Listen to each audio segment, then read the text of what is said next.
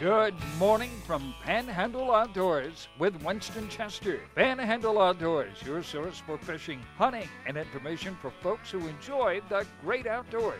Now sit back, relax. It's Panhandle Outdoors.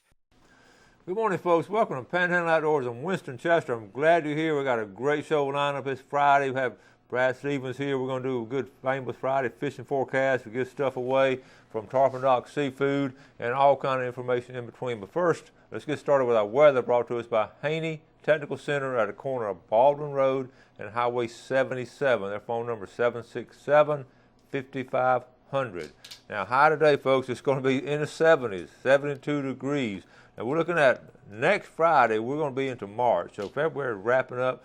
We've got some rain coming, looks like 3 or 4 days, but it's going to be spotty. So, just keep checking the radar. It's so easy now, all the apps we have. Just pick up your whatever you have and look at it, and you know what's going to happen in the next 12 hours.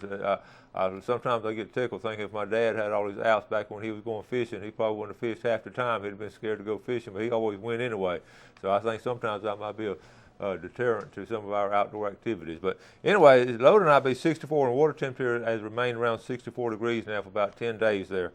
River readings. Take a look at our river readings. The Apalachicola at Bluntstown, it is dropping, but I'm looking forward to get back up. We're looking at it's still in double digits, 13.6 here, and it's going to drop on out for the weekend, Saturday and Sunday, but with all the rain we have, it'll be coming back up pretty soon. Now the Choctawhatchee at Caryville. The Choctawhatchee, it's not dam controlled, so it's going to level on out for the weekend. But we'll get all that rain they're predicting for the next 4 or 5 days, and it will certainly shoot back up. It got really high, but this morning it's reading 10.2. So it is a lot of water that's been pushed back up in the swamp and it'll be moving back out as soon as it lowers. Now the tide chart, looking at our tides for today and for the weekend too. We have some good tides. If you fish in this big tournament that Brad's putting on tomorrow, if we have it, we're going to talk about it later in the show, but we have good strong tides. This morning tide is at 447, and the high tide will be at 706. We've got a 1.4 foot range. We've got a good strong tide, good incoming tide today. Okay? Every Friday I'd like to give a shout out to Sea Quarters Marina, Millard Collins and all the associates down there in Carabel. They just do a great job. I know they're gearing up for grouper season. Those 4 counties will get grouper season first, and there'll be a lot of us from other counties coming down there to go grouper fishing. So that'll be kicking off April 1st. So we want to get up. We want to get up with Millard and them. If you get a chance, check out Sea Quarters Marina down in Carabel. I'm going to take our first break and come back with Brad Stevens from Sunjammers.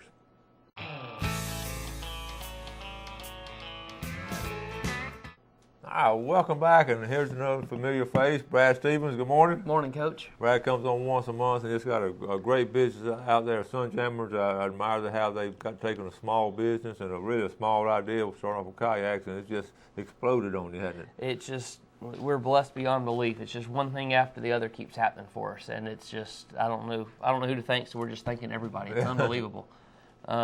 Just growth's coming out. It's our online business is through the roof. Kayak business is strong. We're actually, honestly looking forward to a little downtime, January, February. And we have no downtime. And my wife reminded me the other day, I said the same thing a couple of years ago, but it's just keep getting busier. So we're putting, we're catching the back end of the business up with the front end to release some stress off, me and, the other 4 people that work out there. Well, that's great. Well, first, let's talk about this trout tournament. First of all, I appreciate you putting on a trout tournament. We don't have many. We used to have quite a few trout tournaments all around the area, but we don't have many anymore because of various reasons. But you've kept the flag going, and we have a trout tournament scheduled. But what do you think? Yeah, we're keeping a real close eye on this weather. The people that are already registered, you've probably already got phone calls from me talking about it. If you're thinking about fishing it, call the shop this morning. We'll let you know if it's a go or if we don't do it, we're going to do it next Saturday. Like I said, we still got to talk to all the people that have already registered and prepaid for it. If it's an overwhelming of them, honestly, even if just one of them say, this is the only weekend I can fish it, we're fishing. Buy an umbrella and go fishing. But the reason we're thinking about pushing it back is we probably have 10 or 15 people that say they want to fish it, but they won't due to the weather. Yeah. So it's not so much, it's not fair to the people that have already registered that'll fish it regardless. But, at the same time, we're fishing for money. Okay. So the more people that are fishing, the bigger the pot. So it's a delicate situation. So we're going to try to walk that tightrope and make as many people happy as possible. So they can call the shop out there or check online, and you'll let them know. Absolutely. You can check our Facebook page. As soon as we make a decision, it'll go up there. You can also call the shop and just talk to whoever answers the phone. They'll know what's going on. Okay. If it does happen, which honestly I got a strong gut feeling that it is going to move forward for Saturday tomorrow. Yeah. You can still register all day today. It's $28. $25 of that dollars goes into the pot for the payout. The biggest fish gets 30% of the pot. 70% goes to the 3 fish aggregate. This is an individual event. You can fish anywhere you want. There's very few rules, which just makes it simple and easy. Good old honesty is going to pave the way. If you want to run, somebody said, well, if I run to Texas and catch a big trout, I said, you're probably going to win this tournament. But if you want to fly to Texas and catch a fish and fly home with it, kudos to you. You're going to win major cool points and a little bit of money. I don't think anybody's going out to Texas. No, absolutely not. But, that's an exaggerating thing, saying you can fish anywhere you want. The weigh-ins, you have to be at the shop between 3:30 and 4. You have to be checked in with one of the staff members there. If everybody comes in at 3:55, I'll send Kyle or somebody that works there to the back of the line and go, all right, everybody from here back, we're sorry you missed it. And if you're in the parking lot at 4:01, I don't care if you got a 12-pound trout, we ain't weighing it. Okay. For the tournament, I'll weigh it. Yeah. All right. Well, that's it right there. So we just sort of wait and see, and good luck to everybody. We're going to be there and film, and John's going to be there and film the weigh-in like we've done before and all. So we have all the results next week and have some video next week from the weigh-in. So. Yeah, we've had a lot of the what I've always heard is trout legends come out of the woodwork asking questions about this thing. Some names that I've only heard in fishing fairy tales. I've already registered for this thing, so there's some really big names in the event. Well, Howard Farrow, Mike Perdue, and some of those boys. I ain't seen either one of them yet that I know of. They may have registered without me paying attention on yesterday afternoon. But I know they're coming, and they're some of the ones waiting on the rain. But we're gonna have some good anglers in this tournament. That'd be good, and that's always fun. It's always fun to just compete in any kind of activity, especially you always want to catch a big fish, but then when you're competing against somebody else over there in that boat to catch a big fish, it just makes it a lot more fun. Absolutely. And with us being a kayak shop, a lot of people think you have to fish out of a kayak. We don't care what you fish out of. I mean, it's just, you can go to sunjammers.com, click in the bottom left-hand corner where it says trout tournament, and that's the rules. If it's not in there, if it doesn't say you can't do it, you can probably do it. It's just, we try to make it as simple as possible. And if you don't want to fish, you just come to the weigh-in. Just check out a weigh-in. It's always a lot of fun to see what everybody's bringing in. And all. At last tournament, we probably had, 40 people just hanging around. We had good spectators, And two, now if you hit them up on what they're catching with, too. Some of them will tell you, and some of them sort of look around, make sure nobody's listening. Absolutely. But try to get their secrets. All right, and we've got all kinds of stuff, all kind of products we want to show you. But let's go ahead and take this break now, and we'll be right back.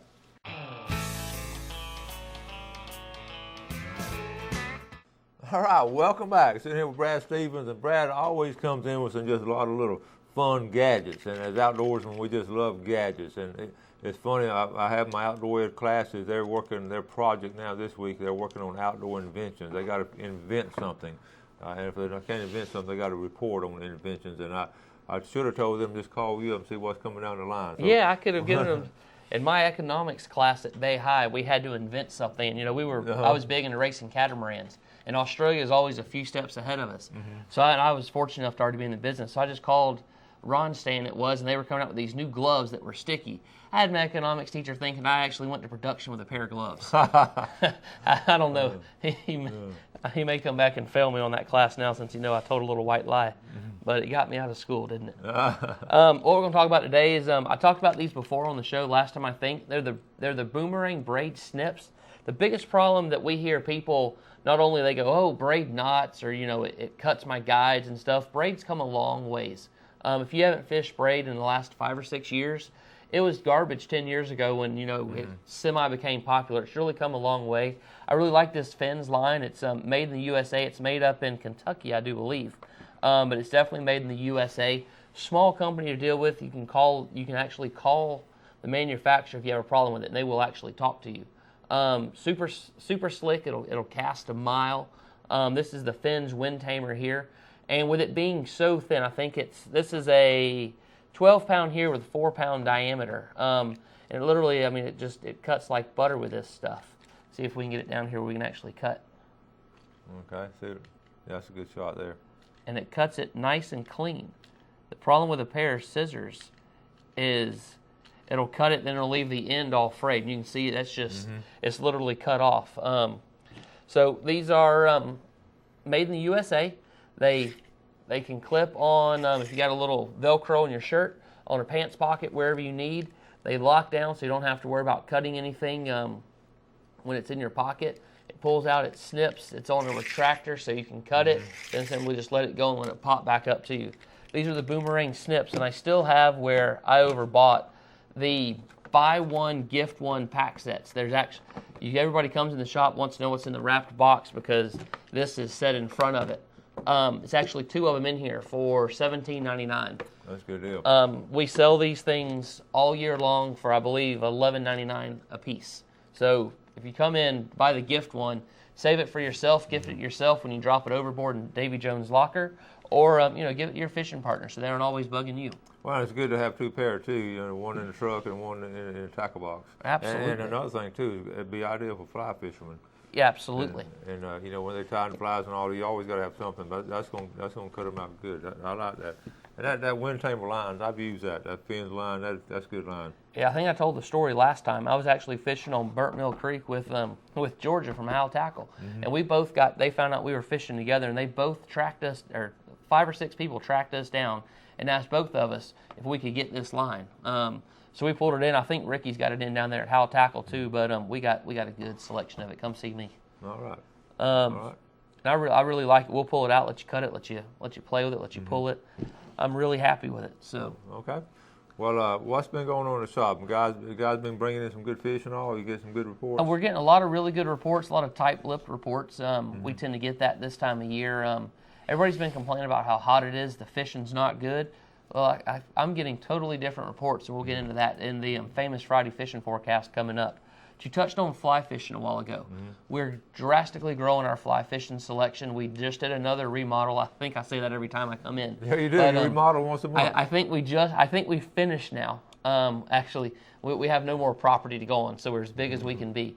But we did a rearrange so we could showcase our fly fishing stuff better. We have a ton of flies.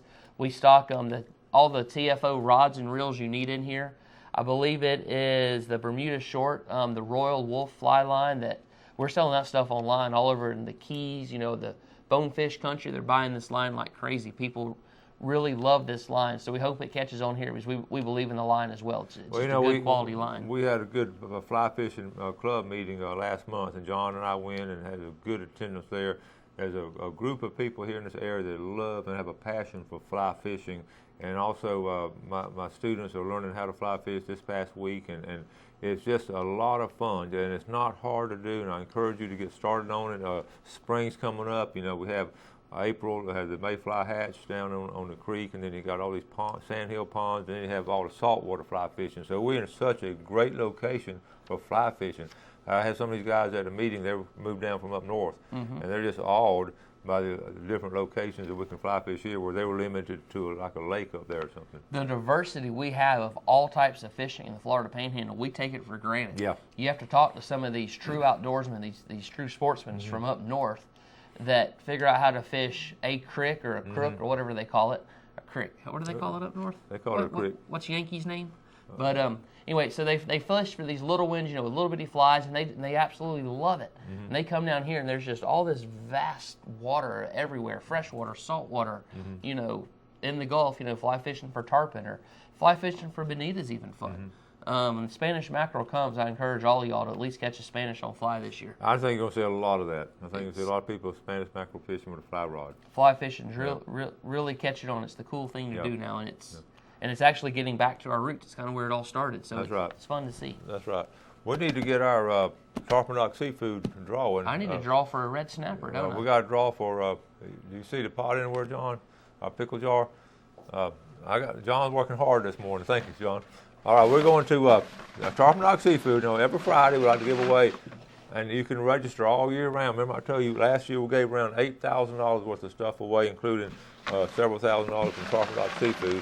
Every Friday, and we're going to do a $20 gift certificate, and the second will be a big old red snapper. All right, you ready now? I'm ready. All right, here we go. Let's go. This is a $20 gift certificate. Let's pull this one. All right. And that winner is Martha Harrison. Harrison from Sneed's. Got a good viewing group up there in Sneed, Florida. Okay. And then for the red snapper. Oh, let's pull one off the top. People on top always get gypped. All right. I can get one. All right. Got Graham Jones from Panhandle City. Graham Jones. He's a good fisherman. I know, but he doesn't like to eat that red snapper. All right. Graham Jones and Martha Harrison, our winner from Tarpon Rock Seafood. Okay. Now we're going to take our final break. Come back with our fishing forecast and also the famous Friday fishing forecast. So we'll be right back.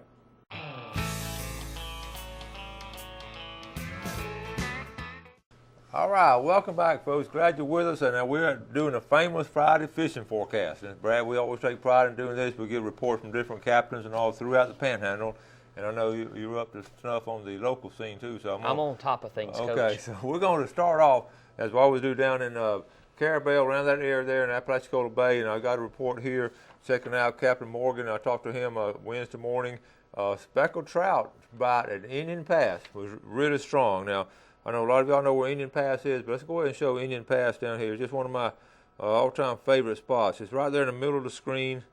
The speckled trout bite. One guy went out and got 54 speckled trout. Of course, he didn't keep all 54, but he put in here Indian Pass, went on the backside of St. Vincent Island, and there's some nice oyster bars there and good fishing on the backside, and it did a good job on the trout. So the speckled trout bite was excellent over there.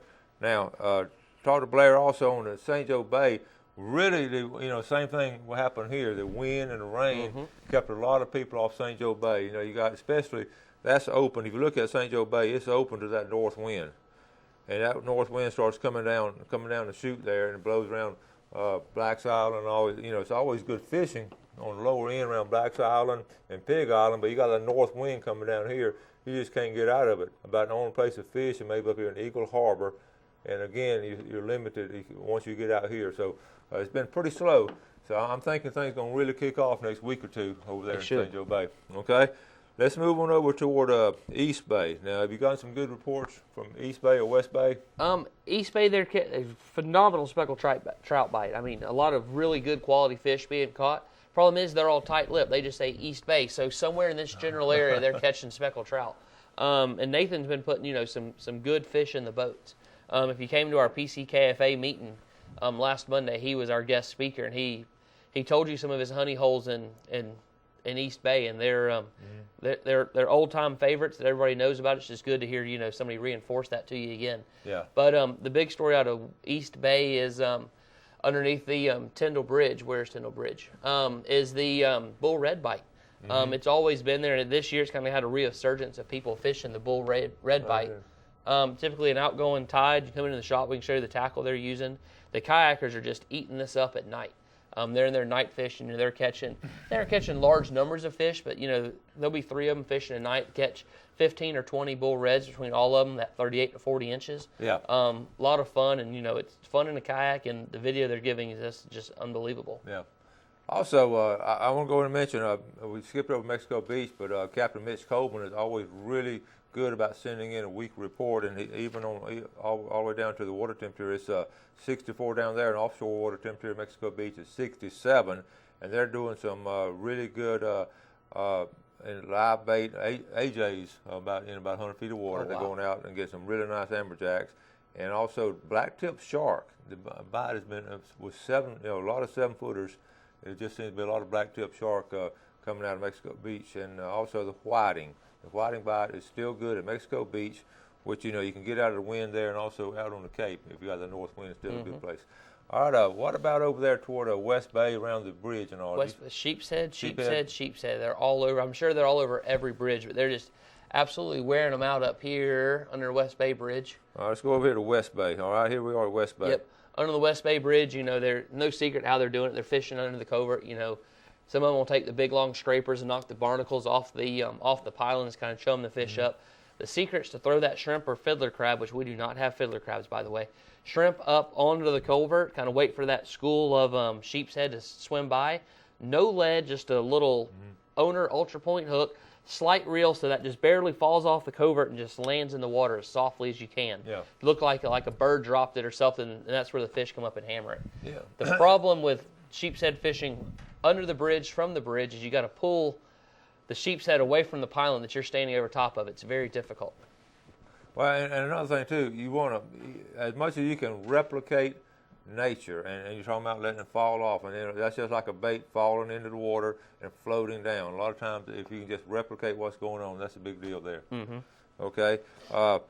Over in Chattahoochee River, have you gotten any reports on Chattahoochee Bay or anything? Hogtown Bayou, they're catching a few little fish, but two guys called me on Wednesday, I think, from Hogtown Bayou, asking how clear the water was in West Bay, is they were going to make the run on the ditch to West Bay. Mm-hmm. So that tells me they ain't doing a whole lot over there, but there's always fish over there in Hogtown. Yeah. Hogtown is an excellent place to fish over here, and you know, the thing about it now, the Chattahoochee is going to be a little bit muddy. The feeder creek's going to be a little bit muddy, coming down from Black Creek and all with the rain we've had. But again, you can find some pockets of clear water, and that's what you want to look for. And dirty water's not always a bad thing. Dirty water's not bad because they're still going to eat, but they're going to be more particular, and they're going to have a better, really, if it washes down, they'll have more food and all. Absolutely. So now, I've also gotten really good reports on the flounder bite. Me too, blowing me away. I know it. Here it is in February, and the flounder just turned it on. Yeah, and in Grand Lagoon, the mouth of Grand Lagoon, it's almost like those fish disappeared for just a week or two, and they aren't the big numbers we get in the fall, but I'm hearing somebody catch a flounder every day, and I know it. Flounder fishing is not even on my mind for another couple months. I know it. Well, listen, we're getting ready to close out now. It's been a great week on Panhandle Outdoors. Appreciate you watching, and Brad, as always, we appreciate you coming on. You have so much to give back to the show. We appreciate it, all the good information. Thanks for having me. And good luck on the tournament and all. Absolutely. And folks, y'all stay tuned now and check with him this afternoon. Make sure the tournament's going on. If you can't enter it, run by and check out the weigh-in, okay? We're going to wrap it up, Panhandle Outdoors, for this week. And now next week, got all kinds of stuff lined up. You're going to see some great videos, so you don't want to miss next week, all right? Thank you all so much for watching our show. We appreciate your viewership. You do something good for somebody today, and God bless. Thanks for joining us for Panhandle Outdoors with Winston Chester. Panhandle Outdoors features hunting, fishing, and other activities and information to help you enjoy the great outdoors. Join us next time for Panhandle Outdoors.